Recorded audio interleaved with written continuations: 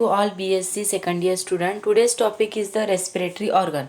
Respiratory organ जो topics आहे तुम्हाला एक्झाममध्ये 4 मार्क्ससाठी आहे आणि किंवा तुम्हाला विचारलं जाते 12 मार्क्ससाठी. ओके, सो द रेस्पिरेटरी ऑर्गन्समध्ये बघा जे काही आता रेस्पिरेशन काय असते डिफाईन काय केलेलं आहे. डेफिनेशन बघा, respiration define process by which living बिंग्स obtain oxygen oxygen काय करते, obtain oxygen and get rid of the carbon dioxide.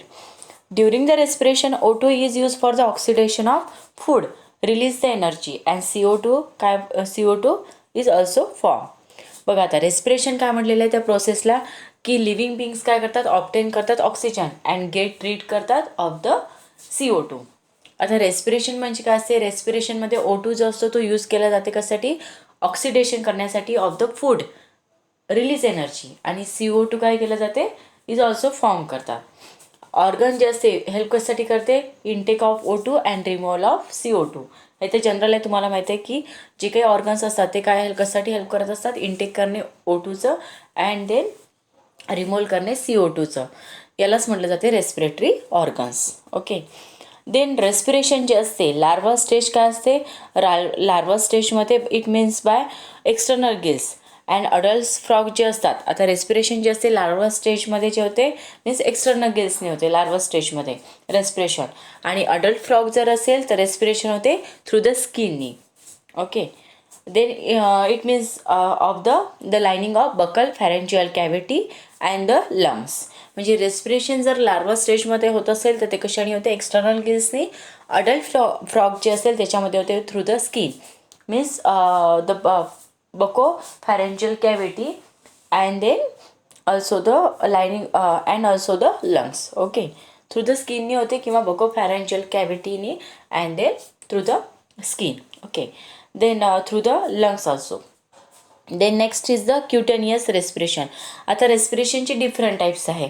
आता रेस्पिरेशन जे होते कशा थ्रू होते, क्युटेनियस रेस्पिरेशन म्हणजे कशाचा यूज होतो, सिंपल लक्ष ठेवायचे, स्किनचा यूज करून रेस्पिरेशन होत आहे.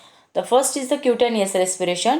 जे काही फ्रॉग्स असतात हे इम्पॉर्टंट, फ्रॉगमध्ये काय असते, स्किन जे आहे, एक जनरल सांगतो तुम्हाला डिस्क्रिप्शन, जे काही फ्रॉग्स आहे त्यांच्यामध्ये जी स्किन आहे ते इम्पॉर्टंट ऑर्गन आहे कशासाठी, फॉर द रेस्पिरेशनसाठी. म्हणून क्युटेनियस रेस्पिरेशन जे असते goes on all the time whether the frog is in or out of the water or during the hibernations or aestivation.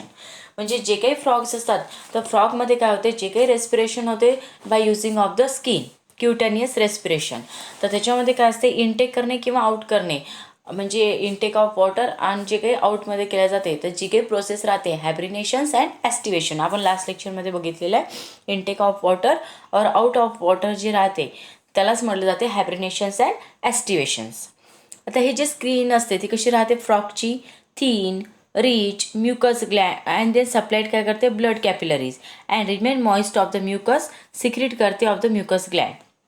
Skin कशी आहे फ्रॉगची, थीन आहे, देन रिच आहे अँड रिचली सप्लाइड काय करते, blood capillary, richly supplied with the blood capillary and remains moist असते. Moist का बरं राहते, कारण की म्युकस जे काही ग्लँड्स असतात ते म्युकस सिक्रेट करतात. अँड देन गॅसियस एक्सचेंज जे राहते त्याच्यामध्ये O2 फर्स्ट काय होते, डिझॉल्व होतो मॉइश्चरमध्ये of the skin and diffuse केलं जाते इंटू द ब्लड कॅपिलरीजकडे. पुन्हा बघा, गॅसेस एक्सचेंजमध्ये दोन आहे, एक पहिला आहे O2, सेकंड आहे CO2.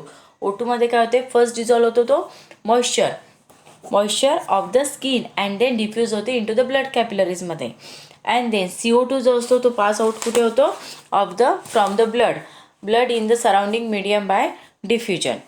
And no movement of the body, यावेळेस काय होते, मुवमेंट बॉडीची are needed as the skin always remains expose to the air or the water. Skin काय करते, नेहमी काय असते, एक्सपोज असते एअर किंवा वॉटरमध्ये. ओके, सिम्पली क्युटेनियस रेस्पिरेशन म्हणजे काय होते, त्याच्यामध्ये जे काही रेस्पिरेशन होते by using of the skin. Okay, so now in this lecture this topic completed. Thank you.